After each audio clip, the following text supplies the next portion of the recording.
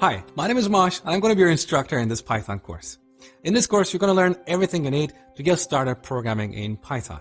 Python is one of the most popular programming languages, and every day people use it to do cool things like automation. They use it in AI, as well as building applications and websites like Instagram and Dropbox. So if you're looking for a job, Python is for you.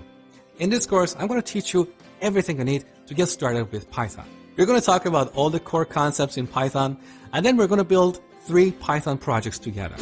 Here's the first project we're going to build. You're going to learn how to create this beautiful website for an imaginary grocery store. Here on the homepage, we can see all the products in the shop, and we also have an admin area for managing the stock. We're going to build this using a popular Python framework called Django. Now, if you have never built a website before, don't worry, I will teach you everything from scratch. You're also going to learn how to use Python in machine learning or artificial intelligence. So you will learn how to write a Python program that will predict the kind of music that people like based on their profile, just like how YouTube recommends videos based on the videos you have watched before. I'll also teach you how to use Python to automate boring, repetitive tasks that waste your time. You will write a Python program that will process thousands of spreadsheets in under a second. I've designed this Python course for anyone who wants to learn Python. If you're a beginner, don't worry. I will hold your hands through this entire course. You're not too old or too young, and Python is super easy to learn. You can write your first Python program in literally seconds. Plus, I'm going to give you plenty of exercises to help you build your confidence writing cool Python programs. My name is Mosh. I'm a software engineer with 2 decades of experience, and I've taught over 3 million people how to code.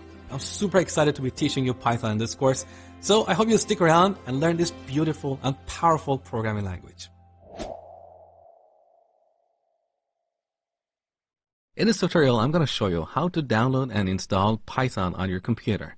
So the first thing I want you to do is open up your browser and head over to python.org. On this page, click on Downloads. Here you can see the latest version of Python. Currently, at the time of recording this video, the latest version is Python 3.7.2. Chances are in the future, when you're watching this tutorial, there is a newer version of Python available. Don't worry, all the materials you're going to learn in this course will apply to the latest version of Python as well. So let's go ahead and download Python 3. All right, now look at your downloads folder. Here we should have Python 3 installer. Simply double click that. If you're on Windows, you're going to see this checkbox here, Add Python to path. This is really important. Make sure to tick this box, otherwise you're not going to be able to follow this tutorial. If you're on a Mac, you're going to see an installer like this. With this setup wizard, we can install Python 3 on our computer. So simply click Continue, and again, agree with the license agreement, and install it. This is going to take a few seconds, so I'm going to pause the recording. All right, we have successfully installed Python 3 on our computer. Let's close this. All right, next we need to install a code editor. We use a code editor to write our code. Just like how we use Microsoft Word to write documents, we use a code editor to write code. Now, there are so many code editors out there. The one that I'm going to show you in this tutorial is PyCharm. That is one of the most popular code editors for writing Python code. You can get it from jetbrains.com/PyCharm. Now, more accurately, PyCharm is considered an IDE, which is short for Integrated Development Environment. And that's basically a code editor on steroids. It has some additional features that makes it really easy to write code. So let's go ahead and download PyCharm. Now, here on the download page, you can see 2 versions of PyCharm. One is the Professional Edition, which has additional features, and you'll have to pay for them. The other is the Community Edition. That is absolutely free, and that's what we're going to use in this tutorial. So go ahead and download this as well. Now, once again, look at your downloads folder. Here you should have PyCharm. So double-click this. Now, if you're on Windows, you're going to see an installation wizard. Simply click Next, Next, Next until you install PyCharm.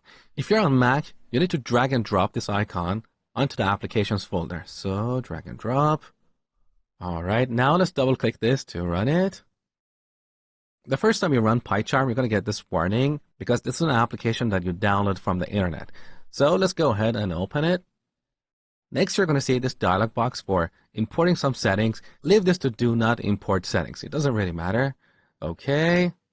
On this page, select I've never used PyCharm. You can see some keyword shortcuts that might be useful in the future. Just accept this, and down the bottom, click the next button. And then next again, and one more time, and finally start using PyCharm. So here's the main page of PyCharm that you're going to see every time you open it. Click on Create New Project. This is the location for our project. Let's call this project Hello World. Now, before clicking Create, expand this item here. Make sure that base interpreter is set to Python 3. Python interpreter is basically a program that knows how to execute Python code. It will interpret or translate Python instructions into instructions that a computer can understand.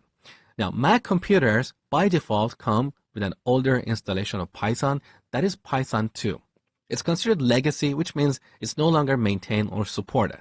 So earlier we downloaded Python 3. Make sure that this is set to Python 3. If not, from this list, select Python 3.7. All right, now let's go ahead and create this project.